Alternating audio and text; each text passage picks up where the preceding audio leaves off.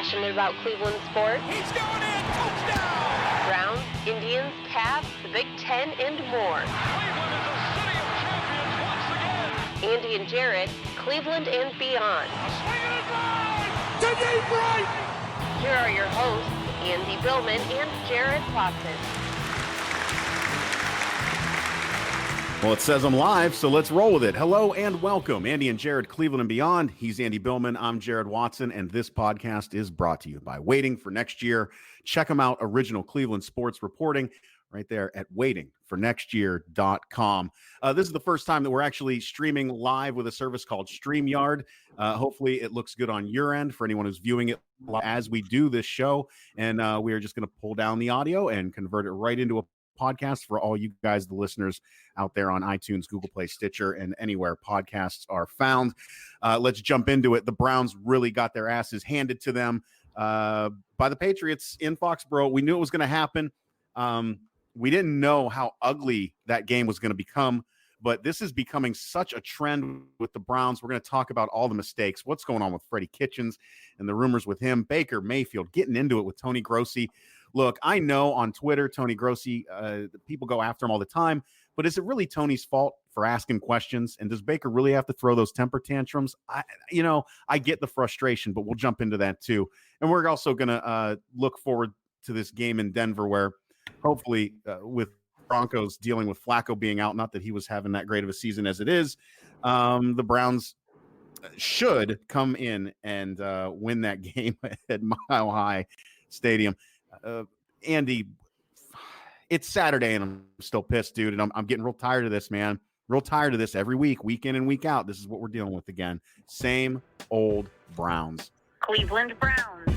Sometimes, when you break down a game, you get deeper meanings or you get like a lot of variety. This game was easy last Sunday. It was a complete shit show from snap one to the end of the game and everything in between. There was moments where they played okay. There's moments where they did establish a run. There are moments where they did some good things, but honestly, this is not from my 10-year-old son to you and I to anybody out there. This game is pretty easy to break down. What's amazing is I'm not surprised about what happened on Sunday, Jarid, from what we were seeing. What is amazing is how we got here from, I'd even say March. It's been an amazing free-for-all, really, since the Titans game. And here we are now again. And it just feels like it's like a 2.0 of just, it really feels like a 2.0 of things of last year, even with Hugh Jackson. It's eerily similar, in my opinion. I don't think it gets talked enough. Yeah, the stars have aligned. Yeah.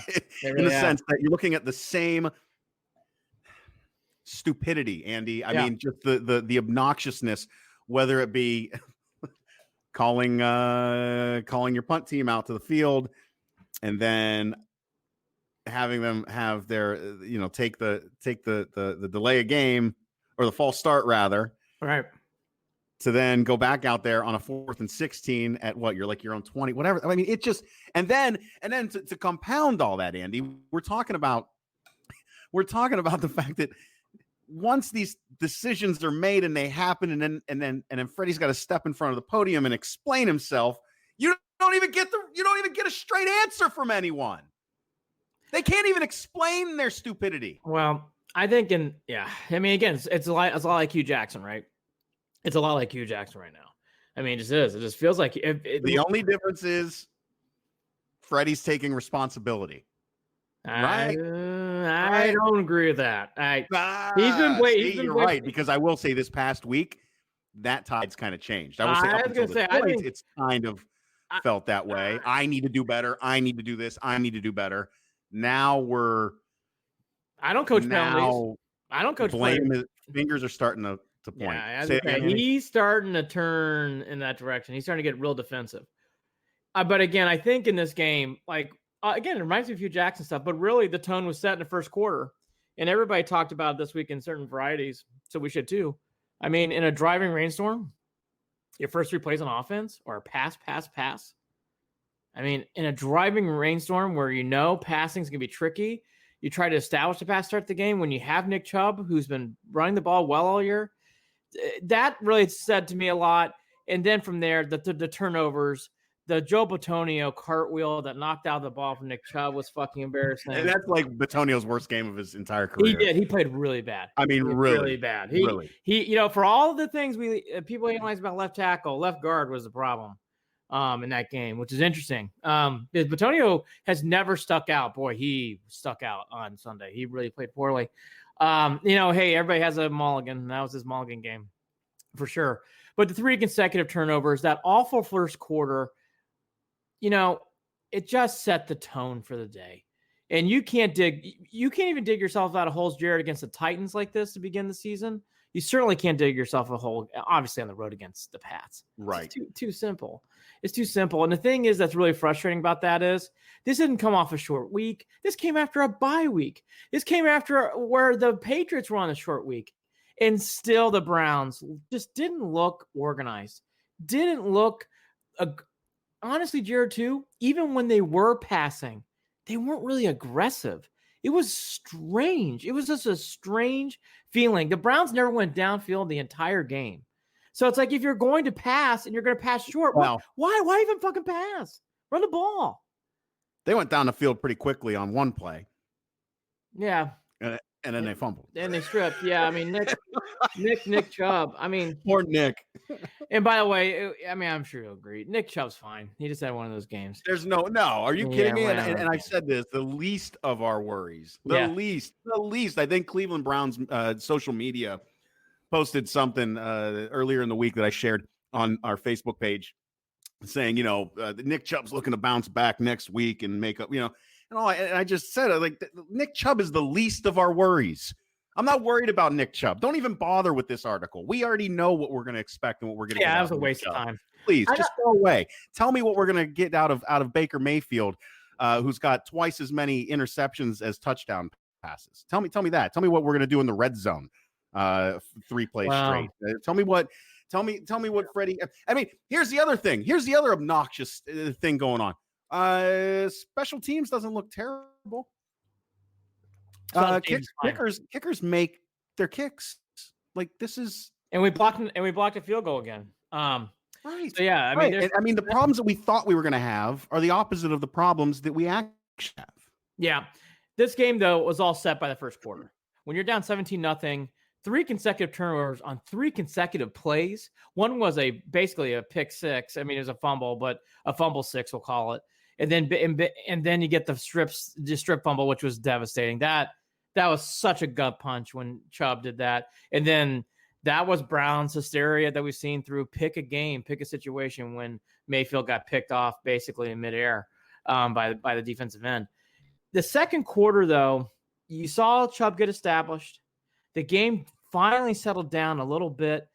And then, I want to give props to one gentleman. Denzel Ward looked really good.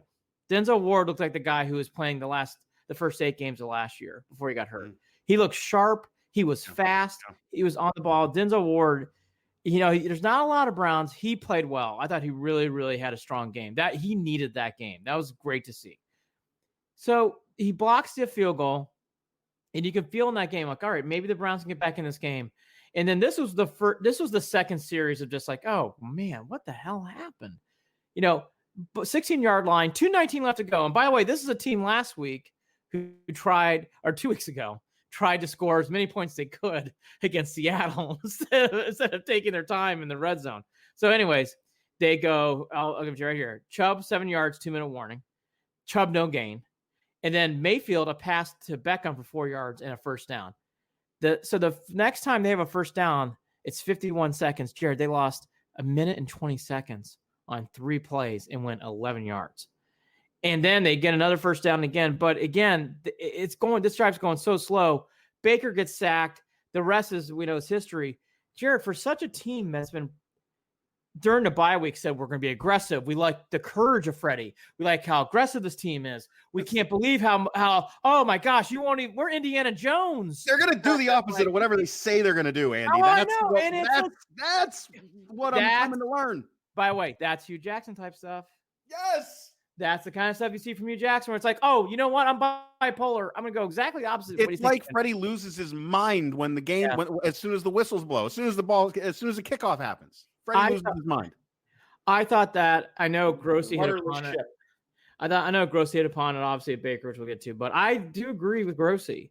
When you watch that unfold the way it did, it just came off as so strange to see how much the Browns were talking about aggression and to see it in the Seattle game.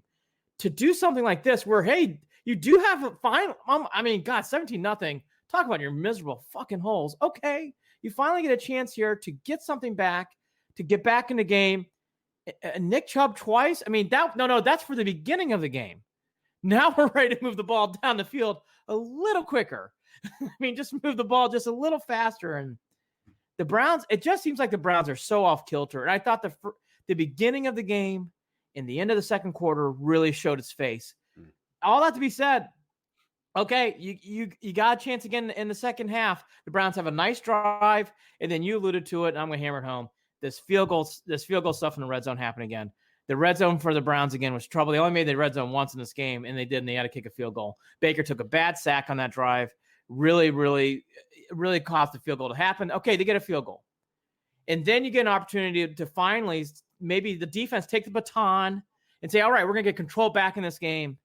And Jared, I thought this was the one series that doesn't get talked about enough. It's 17-10. You're not feeling so bad anymore. 17-0 seems like a long time ago. Yep. And then it's 3rd and 10. Patriots in that 59-yard screen pass just totally was a backbreaker. And then from there, the Patriots scored in several plays later. And that sequence of plays there, and what bothers you and what I get bothered by, the offense is one thing, and that's everybody's hammering home. Hey, this defense have been sitting on the sidelines for a long time. Rest is not a problem right now on this drive. And Jared, to give up that, and it was such a bad busted play. It's just heartbreaking to see. And that's the kind of stuff, too, that's frustrating. You mentioned it. Special teams not the issue here.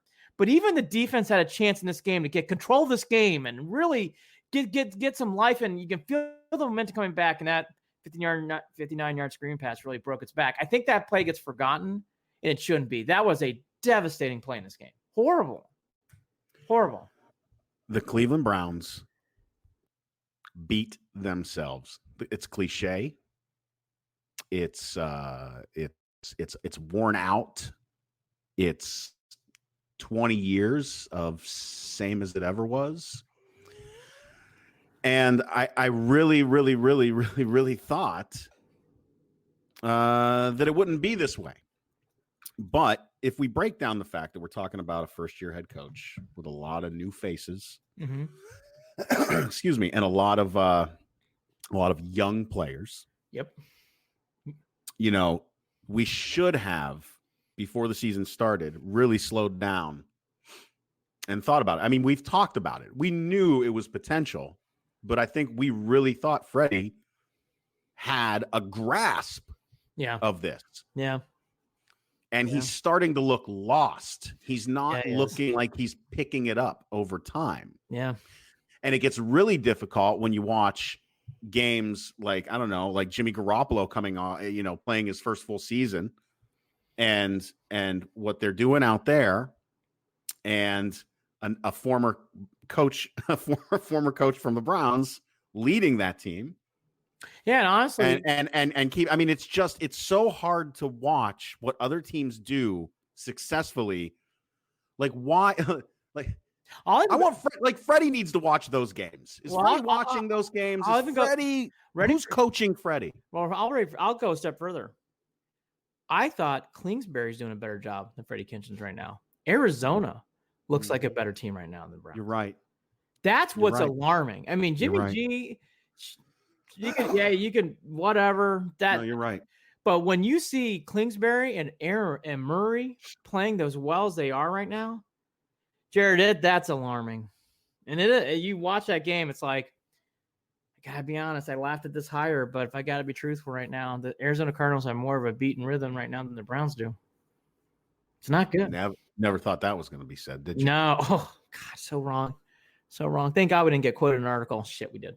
But anyways. That's all right. Nobody has to know about that. It's only national media, The Ringer. It's only Bill Simmons stuff. No one's read it. No. But all this fog's going on, again, I that screen pass, though, has been forgotten this week. And that also really sums up the Browns. Yeah. Because that was an opportunity for this defense to get control of this game again, harness it, settle it down. And honestly, it was lucky that White got caught. I think it was a dry track. White's gone. Because it was wet, White couldn't run as fast as he normally could, and everybody caught up to it. The other thing, too, in this game, and we'll get to all the other stuff that happened around it, was that fourth quarter sequence, which Freddie got hammered after the game as he should have. 4th and 11, Browns are going for a punt. You get to tell on TV it was a mess. It looked like people were coming on and off the field. Freddie goes, you know what? Just take the penalty. You know what? We're just going to go for it. And then he does go for it. Baker gets sacked. Of course he does, because that play made no sense to begin with. And that, again, was very Hugh Jackson-like, where players weren't confident to where they're going. No one knew what was going on. Freddie lost control. And by the way, his answer didn't even matter. His answer didn't even matter in press conference. Like, I heard that answer, I'm like, I don't even fucking care what he says. It made me forget about Odell Beckham Jr. running one back late and fumbling. That's true too. It was a hold my beer moment, is what that was for his own moment. It was. For his own moment. You think that was bad? Let me top my own stupid decision.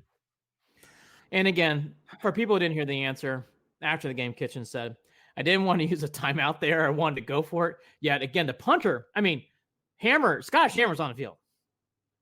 So I mean, if you are going to go for it and your punter is out on the field, why not just do a fake punt? Oh, that's what I was going to say. I was going to say, might as well fake punt at this point. Why not? Freddie has lost. Look, he has an opportunity. We'll get to it at the end. He has an opportunity here, but boy, this was as bad as Steelers' loss last year with Hugh Jackson coming back to Cleveland. That's how bad this loss was. And then to the overall theme out of this game, false starts and penalties. I mean, again, it was a joke during this game. The first quarter, they only had one, and after that, it was gasoline on the fire bad. There seemed to be a false start in the second half. It felt like it wasn't, but it felt like almost every other play there was a false start in offense for the Browns. Mm-hmm. Every other play. The false starts are just becoming out of control. Well, that's Freddie. Again, that's coaching, that's young, that's youth, and that's discipline. That's those three things. Freddie kind of came back saying, I don't coach penalties, so he's putting it on the players. So there won't be any growth in that, it sounds like. So the players are going to have to figure it out. Hopefully they do. Well, I will ask this question, Andy. I mean, what is the accountability factor here when it comes to those players, when it comes to those types of penalties? Because I don't know what is normally done. The punt that wasn't a punt, the false start and these motion penalties, actually coaching. I see things in there that's coaching. I mean, that whole punt sequence and some of these, like, there's too many men in motion, or there's not a guy who's starting at the line and stopping at the line. That is more coaching to me than what I'm seeing. False starts sometimes, it's probably more on the player. Obviously, holds and stuff are probably more on the player. But these other things you're seeing now, I think it's chaos that's coming onto the field. And by the way, we talked about this last year. You're seeing it. The chaos is spilling. It's chaos rolling off the field. Yeah. Oh, it's running everywhere. I mean, there's a chaos river running right through Berea. And I mean, it's doing great. It's going like that right river of slime in Ghostbusters. Yeah. Oh, it is. That's what it is. And it's going, instead of going downstream, it's going upstream up to First Energy Stadium. Yeah. Right it's going right it's up. the Cuyahoga slime stream. Yeah, it really is. It's just amazing. That game, though, again, I wasn't surprised by what happened. I'm not surprised we're talking about things like this. Not surprised they lost. Right? I mean, the loss is expected, but the how is you kicked your own ass. You did, but I'm surprised. You're your own worst enemy. I'm surprised how we got here from August. I'm surprised how we got here from the summer to now. Like, that's what surprised me. Like, if I'm being truthful, I never at one point, I looked at Cameron's just as big as fan as I am, my son, and I go, you got to start laughing, because right now we're about ready to go through hell. Like, as soon as that second strip happened from Chubb, I'm like, it's out of control. This, I'm just warning you, it's not going to get better. And it didn't. And by the way, it didn't. And you could just feel that going throughout the whole game. And then it led to what you kind of initiated with Baker, with Grossi coming out this week. And again, Baker, I hope at some point realizes what he did was wrong. I don't think Grossi did anything wrong there. He was wanting to get an answer out of Baker, what happened on that drive. We went through the sequence on that drive. That end of the second quarter drive was a joke, and it needed to be just brought up again. If you want to nitpick, and if you want to find some fault in Grossi, I will say this: can Grossi be a bit of an Eeyore? He can, right? He can sometimes. Can he? I mean, I'm really trying here. To find fault. Can Grossi, did you like his kind of digs on Twitter after all of this regarding Jimmy Garoppolo and some of the things, right? So that's now here's like I said, I'm really nitpicking here. I'm really trying to nitpick. All right. Because the bottom line is Grossi's asking questions that we're all thinking. I'm so sick of the fans. I get it. You want to defend your team, but you know what? Your team is playing like shit, and it's my team too, right? And we all care. So here's what I wrote on Twitter. Here were my thoughts about that whole incident. And I'm going to read it because I feel like it needs to be said because not enough people read my stuff on Twitter. Baker's frustrated, right? So are the fans. And yes, Tony Grossi doesn't play football. We got that, Baker, which is why he asked about the punt and false start, right? Insult that are cheap shots, right? You don't have anything else where you don't play the game. Okay. Right. That's lazy, in my opinion. And honestly, has anyone ever seen anything like that, right? Never seen it before. I haven't. In 20 years of shitty football in Cleveland, I haven't seen it. Well, again, for a team that was so I'm not done yet. Well, for a team that was so aggressive the week before in Seattle, at the end of the second quarter, to be so passive and so laissez-faire, like, you know what? We're just going to go into halftime. It's like, that is not what was talked about in the press conferences. Right. That was talked about after the game. That's the thing, Andy. There's a balance between trying to score 2 touchdowns before the end of a half and at least trying to score 1 touchdown. Well, that's right. It's bipolar. It's bipolar. We find the middle ground here. No fucking medium. I'm not saying go fast. I'm not saying go slow. Go medium. There's nothing wrong with that. I mean, so continuing on Grossi, I said, that said, I'm a fan of Baker, and I hope that he and the team ball out in Denver. At the same time, 2-5 isn't Tony's fault. 80 penalties with 1 fewer game than the next most penalized team isn't Tony's fault. 12 INTs isn't Tony's fault. You can have all the passion in the world, but if you can't harness it, and we've talked about this, Andy, it comes out like this, through anger and a lack of discipline, and we've all come to see it over and over again in the past 8 weeks. No one doubts that this team's passionate and that they've got drive, but there's clearly an issue with how that passion and drive is being harnessed and channeled. There is a level of mindfulness that is lacking, and it shows. All of that said, there's still a lot of football to play. They can still weather the storm, but it's going to take some real, honest reflection and a true understanding of not only what the problems are, but how to legitimately fix them. Just being pissed won't cut it. Right. I'm going to pick off something that you said. I agree with, I have nothing wrong with what Grossi did. Because I've been in those moments where I've had to do similar things in different interviews. I've interviewed over 200 interviews, and I've been in similar situations. It's not easy, and he did the right thing. You're not there to be friends. That's right. It's also fair to say this too, and this is where I don't understand this bipolarization of social media and whatever else. I don't agree with Baker, but that doesn't mean I don't like Baker. I like Baker. Correct. I still want Baker to do well. Correct. I think Baker's can get out of this, but he had a bad day on Wednesday. That's okay to say too. And that's where I don't understand this extreme bipolarizations of like, oh, you're either on Grossi's side or on Baker's side. I'm like, no. I love Grossi. I think Grossi was right. I think Baker was wrong, but I'm still on the Baker bandwagon. I believe in Baker, and I think Baker's going to be fine. But he had a bad day, and that was not handled well. And by the way, it really put Grossi in a comfortable situation. I felt bad for Grossi. I do know Tony, and I like him a lot. He's a really good guy, and I felt bad.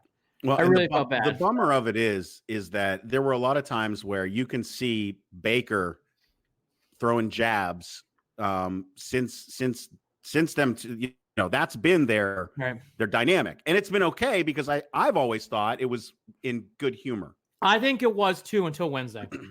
I thought Wednesday was different. I mean, Grossi would know better, and he had a wonderful article that anyone could read on the Land on Demand that really explained it. It was really they'd rather not read it because they'd rather be pissed at him. And by the way, it's not behind a paywall. I mean, they did actually post that article. You don't have to pay for it, right? And by the way, that's what's kind of gone on in social media society right now, where people don't want to be really taking in everything and making a good judgment. Or I'm not saying everyone does this, but there's too many times where people get way too defensive or way too sensitive about certain things, and you're not taking an overall better look at the situation. And that definitely happened here. Tribal and animalistic behavior. Yeah, just it's funny. All the technology in the world, and we revert back to the lizard brain. No, you do. I mean, it's like smelling blood, shark, eat the chum, spit it back out, go for more. Alligator shark mentality. Like keep eating until you eat more blood. And until then it's over. All that to be said, is we're going to get into this more. We're going to do another podcast on Sunday night after the game. The big thing that I think that went into this year that you hope, which I think is the last topic we'll get into before we get into the Bronco game, was this rock bottom. Did we finally, as a Browns fan, hit the end of the filter where it's like, all right, Baker called out Grossi. That was a shit show in Foxborough. This has got to be the bottom, right? I think it's got to be debated now because the Browns do have a much easier schedule. The Bills and Ravens aside, everybody else has got a losing record, I believe. I had to double check, but I believe that's true. Yeah. So and they have 5 home games outside this one in Denver. So they'll have after this game in Denver, 5 home games, 3 road games left. So a whole lot of home games coming up. It's all set up. But Jared, nice to get a first win in First Energy Stadium for. How about a home win, right? So I guess brought up again. Was this rock bottom? And I gotta be honest with you, I don't know. I usually try. Isn't that awful? No, I don't know. I have no idea. I think this Denver game's gonna look like the Jets game. Yeah, I do too. I mean, look, let's break down the Broncos quickly. Flacco's out. Jared alluded to at the top. That's a big. Josh Allen's never played a. Is that Josh Allen? What's his first name? Is it Allen? Well, yeah. I know, right? He's been in for 7 seasons. It's not Josh Allen. It's not Josh Allen. Hold on, let me. 7 seasons, right? This is how little. He played. I know he played for Arkansas. Hold on, let me get his names. It's gonna drive me crazy now. Broncos QB. Brandon Allen.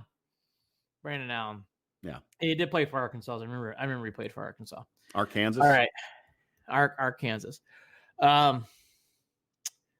Going back to this, though, so you have all that. The other Chubb is out for the season. Von Miller has been playing better as of late. They gave the Colts, who are a good team on the road, a good game. They have really the Broncos. Hasn't Von Miller been sitting out this week though too? He's back. He is back. Okay. He practiced. He's gonna be in the game. As I checked yesterday, and I'm like, oh, he's been practicing. So he's back. By the way, outside of Randall, there's really no huge injuries for the Browns. Randall, I don't think is going to be playing unless something miraculously happens. No, safety issue. Murray, right? Murray too. All that to be said, you go in there to a new coach too. The Broncos have lost a lot of white knucklers in this year. Wouldn't be surprised there's another white knuckler. But you have to think, Jared, again, paper. Outside of Von Miller, because Von Miller can win a game. He can't. I don't see it. I don't see how the Broncos can win this game. Kareem Hunt back this week? Huh? Kareem Hunt back this week? Bills. All right, got it. I didn't look. Bills. See, I didn't look because I don't want to look at anything when they have these losses. I don't want to do I don't want to hear anything. I don't listen. I mean, I say this all the time on the podcast. I don't want to listen to Cleveland Sports Talk. I don't want to talk about it. I don't want to see it because to me, here we are again, Andy. Like I feel like Groundhog Day, my friend. We over and over and over again. This feels like, aside from the firings, what it was like Steeler Week. The end of the Patriot game was that bad. It carried. It has sunk. It has not gotten better. It feels like last year all over again. It feels exactly like last year all over again. And really, what are you changing in 7 days? This is when you've had 7 weeks. Yep. 8 weeks. Yep. So I've been back and forth. I know. I know. Browns win 10-7. I don't know. Browns win 12-8. Yeah. I have a feeling it's going to be a strange low score. I'll give the Who Browns has more turnovers in the game? I'll give the Browns 13-10. Browns. And if Flacco was playing this game, God, kill me say it. I think the Broncos would win. But because Flacco's not playing, I do think you know why? It's as simple as Flacco knows how to beat the Browns. I know. I think he would have beaten the Browns. I do. But he's not. Here's my last thought on this whole thing, and then we'll do a recap Sunday night after the game. We'll get into the Buckeyes. We'll get into the Irish. I'm going to go on a rant about reigning coaches and all sorts of things. That'll be fun. We'll talk about the World Series a little bit and the Cavs. We'll do all that on Sunday night. The real quick thing, though, about these next 3 games, Broncos, Bills, Steelers, all these are separate events to me. I think all these games are separate events where I don't think momentum of a win carries over to the next game. I think these are the 3 games that determine a lot of the fate of the future of this team. And again, if they beat the Broncos, I don't think it carries to the Bills and so forth and so on. The only game that's the game that you're going to win is the Dolphins game. That's after the Steelers. You are going to win that game. So if the Browns could ever get some momentum, they have played one of the hardest schedules in the league up to this point. They have. I forget where they rank. It's either 1, 2, or 3, and I don't remember off the top of my head, but I know it's in the top 3 or 4. Right. Can they use this? This is not a good team. Now, are they competitive enough to beat the Browns? Yes, they showed that. They almost beat the Colts in Indy. They can win. The Broncos can win this game. House of horrors for this organization still. Even with the Peppers play from last year, it's still a house of horrors.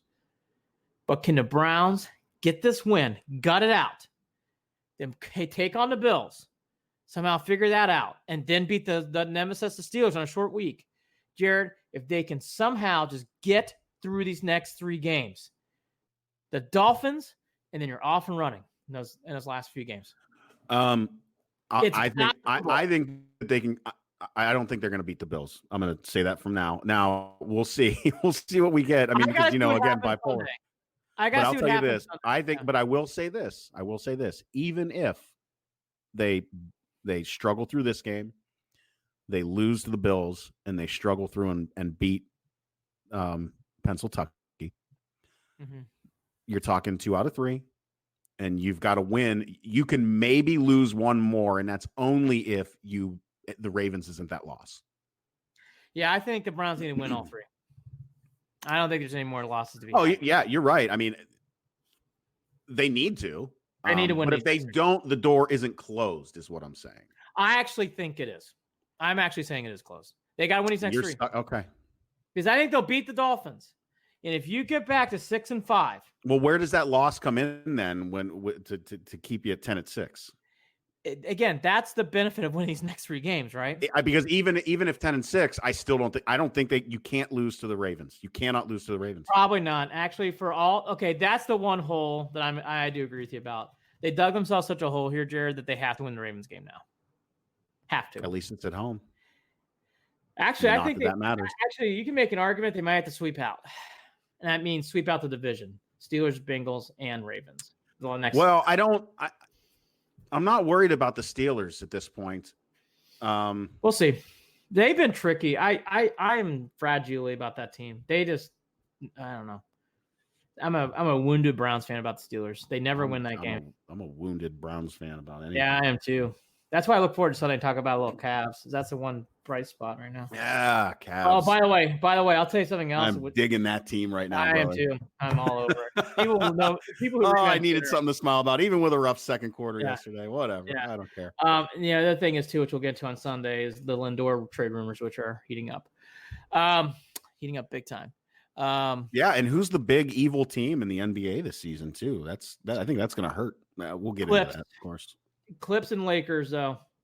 LA might be LA. It could be, but you know what? I'm not going to bother putting the MG in to hate them like I did when it was Miami. That's gone. Oh, that's gone. We talked about that. That stuff's gone. So to recap, there were plays. Again, Jared and I both agree. Are we surprised that the team got here after we saw last week? I'm not. No. I'm surprised how we got here from August. I'm also surprised 7 games in feels like 7 games in from Hugh Jackson last year. It feels exactly the same. In fact, there's really little difference. Chaos is spilling on the field. We're kind of just running around. One week we're aggressive, next week we're not. You pass in the rain. It's just can't figure this team out. Defense has a chance to take control of the game. They can't stop a short screen pass. It's been the only thing that gives this team benefit of a doubt. You have a first-year head coach who had a very, very hard first half of the schedule. Maybe the relief of playing these crappy teams gives the Browns what they need, and I think it's in play. Jared alluded to it. I know he doesn't agree, but I do think the Browns need to win these next 3 games. I think they don't win these next 3, they don't make the playoffs. They have to win all 3. Have to. They've dug themselves quite a hole here. Let me clarify. I don't think they win I don't think they win the next 3. I'm not saying they are. I am game by game right now. I am game by game for these next 3 games. You're right. We talked about it for a week. Let me watch watch the Bronco game, and then you come back and ask me. I have no vibe. This Bronco game, if we do this podcast on Sunday night and the Browns lose, I'm not surprised. I'm surprised I'm saying that. Oh boy, if we do this podcast and come on live on Sunday night and the Browns don't win, boy, mock drafts. It's gonna be a fun show, brother. It's gonna be a fun show. How did we get here from fucking August? Unbelievable. You're lucky you're a Buckeye fan. By the way, Purdue's up 14-10 on Nebraska. Yeah, I know. I don't have anything to do today. I'm doing I've got, as soon as we wrap this up, I got birthday party to plan for. I've been shopping all morning with my daughter. She's 9. Happy birthday, Anna Molly. And my son is probably can't wait until we open up all the snacks for the party so he can shove his face in it. Oh, by the way, that's the best part about the parties for your sister. And then, yes, we should wrap this up. So I got a 6-year-old soccer game. He plays on the Cheshire Liverpool team, and they're wrapping up a strong year. Okay. Didn't keep record, but, strong year. Hey, shoot us an email, andyandjared@gmail.com, andyandjared@gmail.com. Follow us on Facebook. You're watching us right now live, broadcasting maybe. Maybe you're not. Maybe you're listening to the podcast. Facebook.com/Cleveland and Beyond. On Twitter, @CLE and Beyond. Remember, you can subscribe to the podcast anywhere podcasts are played. Google Play, Stitcher, iTunes, all that good stuff right there for you. This podcast, Andy and Jared, Cleveland and Beyond. We're brought to you by Waiting for Next Year. Check them out. Original Cleveland sports reporting at waitingfornextyear.com. And of course, streaming live to you via StreamYard. I'm really digging this new setup, Andy. I think we're going to have a good time with this. Make it a little more interactive once people catch on and start watching. And we plan these things out and schedule them and let people know when we're going to be doing them live. So there we go. We'll talk to you all Sunday night. Go Browns. Let's beat those donkeys. Let's get a big win. Need to win. He's Andy Billman. I'm Jared Watson. Andy and Jared, Cleveland and Beyond. Go Browns. Go Browns. Please. Please win. Please.